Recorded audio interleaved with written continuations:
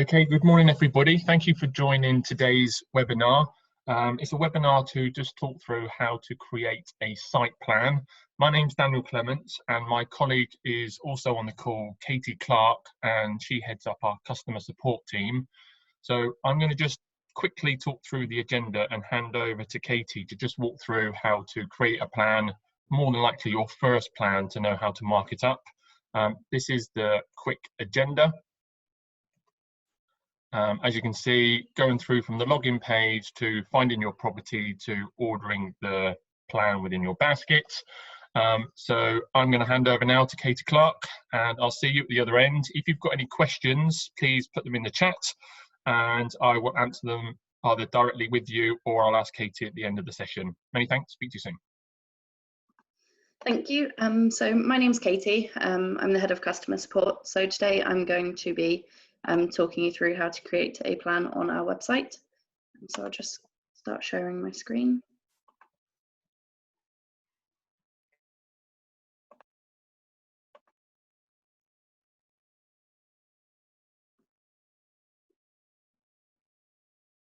Can you see my screen, Dan? Yes, I can. Yeah. Okay, so you should be able to see my screen, which is the home page. So this is the first page that you'll see when you visit our website. So in the top right hand corner here, you will see a sign in button. So what you'll need to do firstly is click on there. And that will take you through to the sign in page. If you don't currently have an account with us, then you'll need to just click on the register now button. If you do, you can use the section on the left hand side to put in your email address and your password and then just click on login. And that will then take you back to the home page. Once you're back on the home page, it's the plan section that you're going to be looking for. So you can see that in the middle of the screen underneath that I'd like to find section. So once you click on there, that will take you through to this page where you can then search for the postcode of the property that you're interested in. So you can just put that in this box and then click on search. And once you've clicked on search, it will take you through to another page with a list of addresses that are relevant to the postcode that you've selected. If your address isn't shown in the Ordnance Survey list for any reason, you can select one nearby and move the plan around afterwards, but your address should be here. So you can select the address that you're interested in and that will take you through into the plans application. So this is the plans application. What you see here is effectively an A4 piece of paper with a square of mapping in the middle of it. So this is what you're going to be receiving. So anything outside of this, you can ignore. This is your A4 piece of paper with the square of mapping. If you want a different size plan, you can change the paper size in the top left-hand corner up here. So you can have A2, A3 or A4, but usually for a planning application, it is A4 that you would need. You can also choose whether you want to have it landscape or portrait, and you can select the scale here as well. So for a planning application, usually planning departments either want a 1 to 500 or a 1 to 1250 plan. So a 1 to 500 is commonly referred to as a block plan or a site plan, and then 1 to 1250 is a location plan. If your site is particularly large, sometimes they will accept 1 to 2500, which shows a larger area. But we do always recommend checking with the local planning department to see what they're happy to accept. If you want a larger area shown, you can select something like 1 to 10,000 scale. And what you'll see on the left-hand side here is a number of the products get greyed out as they show far too much detail to show at this scale. So what you'd need to do is look down the list to see what you can get at that scale. For example, the detailed street plan. As you can see, it covers a much larger area with less detail, or street plan, for example. But usually for a planning application, it would be 1 to 1250 and location plan that people would want. The mapping that's seen here is master map, which is the most detailed mapping that the Ordnance Survey provide. Sometimes planning departments will want 2 scales, so they'll want the 1 to 1250 location plan and the 1 to 500 block plan. So I'll go through that in a minute to show you how you can do that if you want to order 2 plans at the same time. If for any reason when you get to this stage your property isn't in the centre of the plan, you can click on the area that looks like a white piece of paper to drag it round to where you need it to be. It won't work if you try and drag the map because you're not dragging the map, you're moving the paper where you need to be centered. So if you did want to purchase 2 scales at the same time, so the 1:500 and the 1:1250 to support your planning application, you can click on this button here on the left-hand side that says Bundled Plan Options. If you click on there, it will slightly change the page and you'll see these different options on the left-hand side. So you've got the 1:1250, which is already showing, and then you can select the 1:500 as well, and it will show it like this for you. Again, you can drag it around slightly to where you want it to be. So both of these are still A4 pages. They're just showing you how the mapping will look on the A4 page. So once you've done that, you can then go through to mark up your plan on the left-hand side. If you don't go through to this section, there is also a markup plan button on the page before, if it is just 1 scale you need. So if I click on that. It's worth bearing in mind you have to mark up your plan separately. So this has taken me through to the 1:500 first. So if you do purchase 2 plans, 2 separate scales, you will need to mark them up separately. It won't copy the markup across. So on the left, you'll see we've got drawing tools, which is what's automatically open here on the left-hand side. I think the tool that most people use is the Pick Feature tool. With the Pick Feature tool, all you have to do is click in the center of your property and it will automatically put a red line around it for you. If you, for any reason, need to include a larger area, so if we wanted to include this bit out the front in the outline as well, what you could then use is the Draw Site tool. With the Draw Site tool, what you have to do is you have to click around the property. So what I would suggest doing is clicking on this Snap to Point button at the top here, and it will generate loads of tiny dots across the plan. If you zoom in, it doesn't look so messy. And then what you can do is use the Draw Site tool, and when you go near one of the dots, your mouse will be attracted to it, and you can click from dot to dot easily around the outside of your property, making sure that you include everything you need. And then once you want to stop the line following your mouse, you can just double click and it will stop. So if I just go from dot to dot all the way around, and then that's the final point. So I double click to stop. I can turn off the Snap to Point tool and zoom out, and you can see that it's got the front bit included now, which is what we wanted. If you want to check the measurements of the area that you've drawn, there's the measure button here, just underneath all the drawing tools. So you can click that and it will tell you the area size and the perimeter. You can also select feet if you would prefer that instead of meters. And there's also a show grid button as well if you want to have a grid overlaid onto the mapping, and that will show you the coordinates for each line, and it will also give you the grid, and you can change the intervals of the grid if you wish to have, for example, 50 meters or 10 meters. But for this, I'll use 50. People don't always use that, but if you want it just to give you a bit of context and scale, then you can. With the rectangle tool, say if you wanted to draw a small building in your back garden, for example, you can just click and drag that to where you want it to be. And then if you click on More Tools on the left-hand side, you can use this button to rotate it, click inside the box and use this small cross, and you can rotate it to the angle you need it to be. If you want to move any of the graphics, you can click on Move Graphic and move it to where you need it to be, so you can move that around the map. And if you want to just delete one graphic, click on Delete Graphic and you can click in the middle of it. If you click on Clear All, that will then clear everything that you have drawn, so it would have cleared this as well. One button that confuses people sometimes is the Undo button. So people think that when they click the Undo button, it will undo their last action. But what the Undo button's for is when you're using the Draw Site tool and you're outlining your property, if you accidentally put a point somewhere you don't want it, you can click on Undo and it will undo the last points that you've drawn so that you can redo it without having to redo the whole thing. So again, I can just go Delete Graphic and delete that. I'm going to turn the grid off just so that it doesn't look so messy. And I'll turn measurements off as well. If you do leave the measurements on, it will show a legend in the bottom left-hand corner. Some people like to have the legend. I'll quickly show you that now in the print preview. So some people do like to have the legend. It comes out in a pop-up here. But if you have loads of annotations that you've drawn, it can make the legend box quite large. So if you've drawn 10 different features, it can make the legend box quite large. So in that instance, what we advise people to do is to put it in the other notes section, which will then appear underneath the plan. So you can put,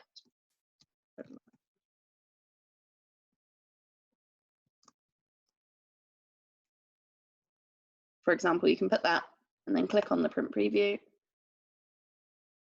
and it will come up. It will generate another pop-out, and you'll be able to see that under here. So red line property, blue line proposed area, and then it doesn't take up any of the mapping. But you can use the legend if you prefer, but it's just if you've got loads of different lines that you've drawn, it can take up a lot of space on the plan. In the title and description box as well, you can also change the title plan. You can put if you wanted. If you put a plan reference, that will appear under the scale down here, and the plan description will appear under that as well. All of our plans come with a north arrow, a standard, and also a scale bar. You can see both of those, and they also have the scale written underneath the scale bar and the paper size as well. If you wanted to add any symbols to your plan, you can do that in the symbols section. It will come up with this pop-up up here. So say if you need to add a tree to your garden, something like that, you can do that. If you want to move it, you can click on move symbol, move that to where you need it to be. You can resize it, and you can also click on it and delete it if you no longer need that. With the annotation, you can add writing to the plan. However, planning departments sometimes don't like this, as it can make the plan look a bit messy if you add loads of writing on top of the plan. So you can use that if you'd like. You can change the colour and everything like that, but what we would advise is for you to put it in the title and description section in the notes.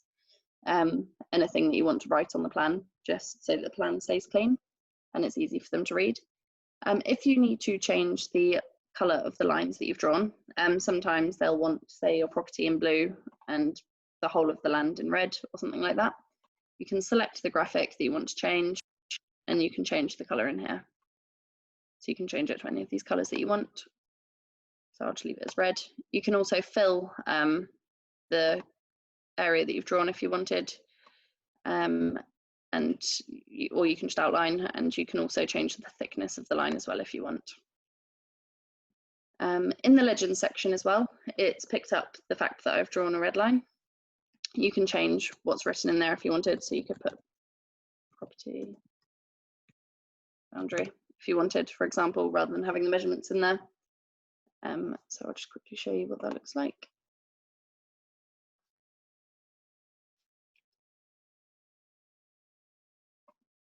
Okay, so yeah, this is property boundary now instead of the measurements. And again, the north arrow is there, the title that I've put in is there, the scale, paper size, and the information that I put in the note sections there as well. Okay. With the print preview, it does pop out in a separate window, and we often have people confused saying that they can't see the print preview, but it's because they've got their pop-ups blocked.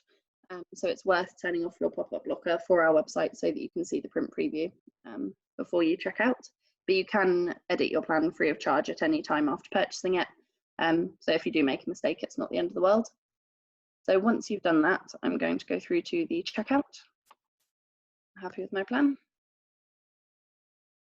And you'll see here, I've also got the 1 to 1250. So it's saying, alert, this plan has no annotations or markup. If you do wish to add a title or description, then you can click edit. So I could click edit and go back through to the edit section with the 1 to 1250 plan, and I'd be able to add the annotations to that as well. But say if I forgot and I've not done that, I go down, accept licenses. So you always have to accept the licenses. It's the Ordnance Survey license telling you how you can use the plan. If you don't click that, it won't let you through to the next step. So I've done that, so I'm going to click need to check out. In this section, if you want to assign the plan to a project, you can do. This is mainly used by large companies who have multiple people working on the same project.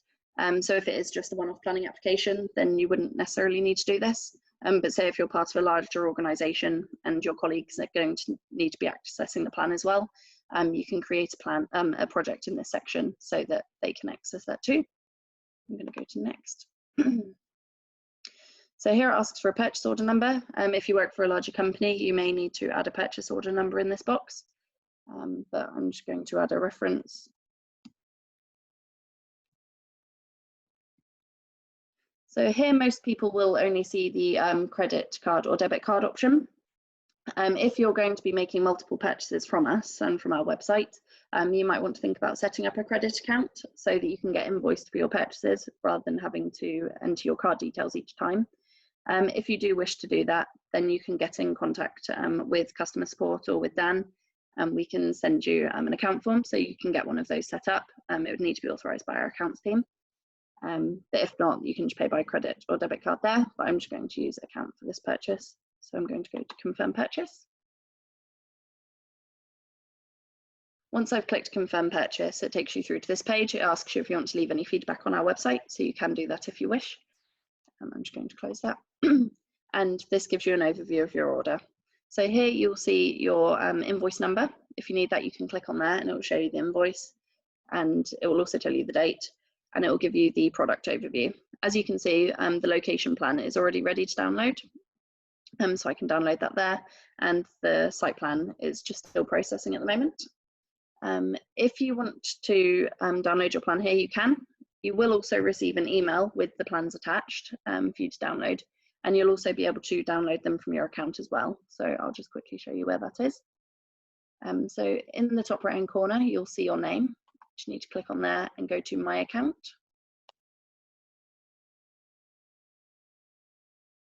And that will take you through to the Downloads tab. So here is the Downloads tab in your account summary. So you just need to click on View All My Downloads.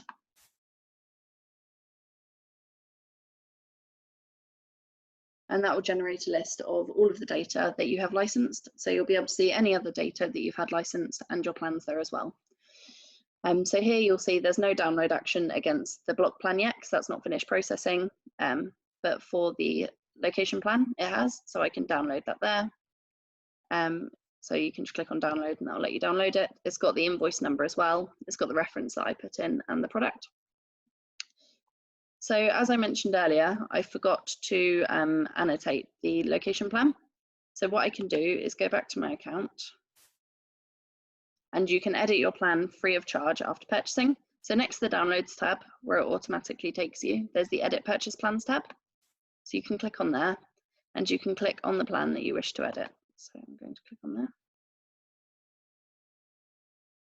And you can make any changes to the plan that you need to. So say if I wanted to clear that I've done, and I want to add a rectangle to the garden, for example, you can do anything you need to and then go to the checkout.